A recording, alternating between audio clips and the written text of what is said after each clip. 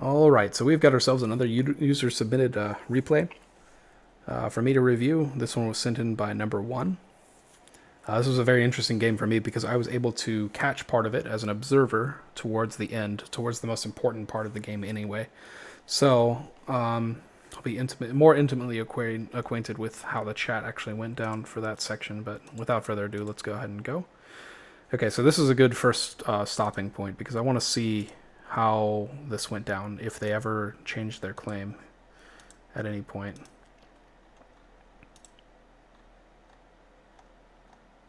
Let's see what we got here. Okay, so there it is. Blue, sorry. Yeah, nothing too crazy. Misclick, yeah. That's fine. This seems to happen a lot more in lower ELO games than I expected. Like, you really shouldn't be... You shouldn't be looking for your fascist as Hitler that often, you know? Like, I don't know. I guess it's a good idea, but I don't really do it that much. So, because the problem is, if you do it too much, people are going to start catching on to you. Now, I'm sitting here surprised about it because I don't do it and I don't really see it. So I guess it works on me because I just don't put any stock into misclaims.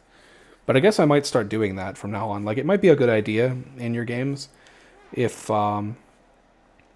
if you've noticed this sort of thing, to start suspecting people who misclick on their claims, because the misclicks matter, you know, and they did used to matter. There was a point in time where misclaiming on your gov used to matter a lot, but now, and it actually was so bad that at some point we started doing it as a meme. You know, people would just, fake claim on their cards all the time, and it kind of messed the game up. And then we realized it actually was detrimental to the game, so we stopped doing it. So that's probably why you should probably be more suspicious of people like that. Anyway, 1-5 plays red, blue, blue. That's good. 2-6 is playing a blue. That's great. So we have a +1 deck state. 5-1 plays red. That's unfortunate. That puts it back to a 0 deck state, though. And then 6-2 plays a blue. Okay, so I just want to talk, like, it's a normal deck state right now. 4 blue deck after 4 govs is the normal deck state. I would play 1 here. They decide not to.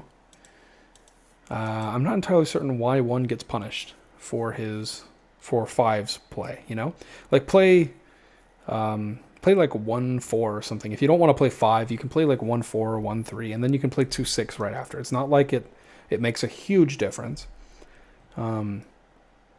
Like 1 just gets M, and at that point, he's looking pretty liberal because he played red blue blue on red blue blue on a 4 blue deck.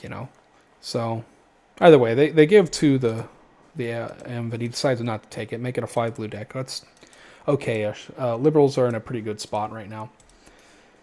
Get a lot of trust. Now 4-6 conflicts. That's pretty interesting. And he M's 5 liberal. Okay. To the Yaw 5. Yeah, that's pretty interesting. It's pretty interesting to me that conflicts on him, and then he M's 5 liberal, and then this passes. But I think this is optimal for liberals. And by the way, if you're in seat 6 watching this, you should be yawing 5 because there's 2 scenarios where this is going to be preferable to you. Okay? 1, 4 is fascist. So that's good. You already have good info. 2, 4 can't receive the SE if 5 is also fascist. So these are 2 things that that are really positive for you. Because if 5 is a liberal, that means that there are only 2 other fascists that he can SE. So that means 50-50. And if it's the situation you're thinking it is, which is YU9, 5 is also fascist, that means there are 3 liberals he can SE. And so it's pretty interesting that this gets yawed, but 6 should be one of the people yawing it, in my opinion. You might think it's weird or bad because it's your conflict, but it's just a smart play if you really think about it. And then 5-1 comps. Okay, so this is a double dip. Okay? 4 now knows that 6-1 is fascist. 5 now, or 1 now knows that 4-5 is fascist. One of those two, since you have a double ditch, that means one of them is legitimate, the other is not, and the 4 players that are now in conflict are it's confirmed.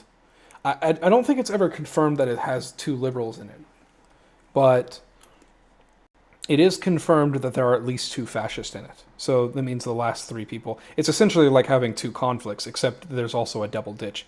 So one can be reasonably sure that 6 is also liberal with them. It'd be pretty difficult for the fascist if 4, 5, 6 was the fascist team, and then 5 decides to conflict 1. So you can think, especially with only 1 blue left, like this is going to be really hard for liberals to lose. So 2 is probably getting 9 here, yeah. And then what do they decide to do? Okay, so the top deck of blue. Now, okay, so this is an important thing. This is what came up during the game, and I don't really want to go through the chats about it, but 4 conflicts 6, and then 5 conflicts 1. If we look back at 4's gov, which is somewhere around here-ish, I think, yeah, right here. 4 gets red, but claims an extra blue. Because the deck was shuffled after 4 blues got played, there are only 2 blues left in the deck. 4 has just claimed one of them, 5 claims the other, and actually got one as well. So as we know in hindsight now that there is a blue left in these 6 policies, but liberals do not. And so after they top deck a red, one thing you should realize is that in these 5 cards, there are no blues left unless 4 or 5 overclaimed on red. That's the only way it's possible.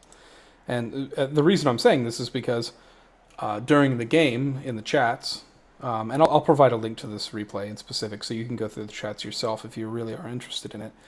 In the chats, they were talking about doing an interesting strategy where you top deck again. 1 is hard siding with 6, and I think 3, 7 are also siding with 1, 6. So they have the liberals on their side to do this. They to top deck again into veto zone, and then play 6-1 in veto zone and veto. But what they're the problem is what they're trying to do with that is to top deck the final blue. So first things first. After this gets 9'd, you have 2 more 9s and a top deck, and then you have 1, 2, 3 9s. So yeah, it would work that way. But there's a problem. There are, if 4 and 5 both got a blue, as they're claiming, there are no blues left. And so after, even if 6-1 vetoes, it'll draw the last card in the deck rather than reshuffling, and that card is confirmed red. So they should have realized this at the time. They should have not 9'd this. They wound up finding out about it later. Specifically because I kind of helped them out a little bit from the observing seat, which I shouldn't have done, I admit, but it doesn't actually change the outcome of the game in any way, except maybe it might change it here. If 2 picks 6 and says, hey, there's no blues left in the deck, 2 might get yawed. He picks quickly, they vote quickly, they don't really think about it until it's 3's gov. And they're put in this situation where basically they have to trust 3 because 9ing to 6 is out of the question.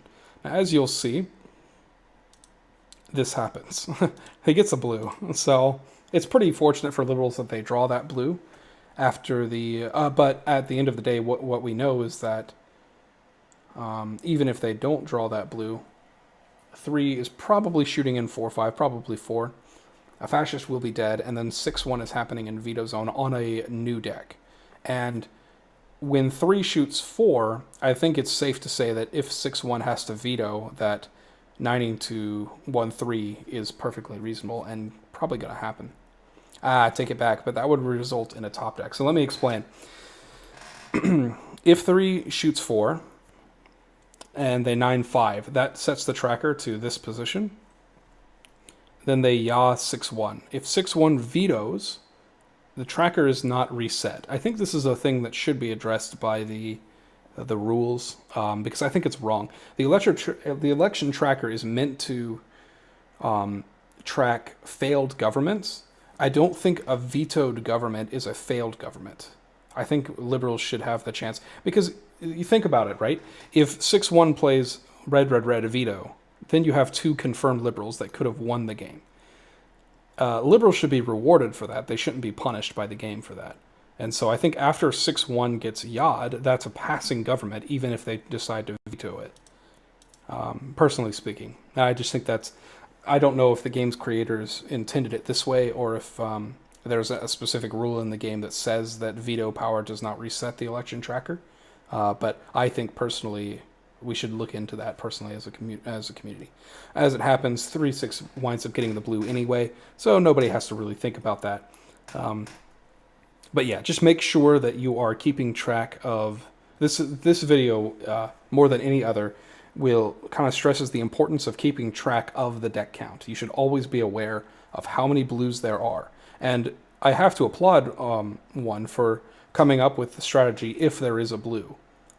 They get a free win on 6-1 veto, they top deck a blue. That's correct. But there has to be a blue there, and you have to make sure that you are keeping close track of that. So with that, I will see you guys later.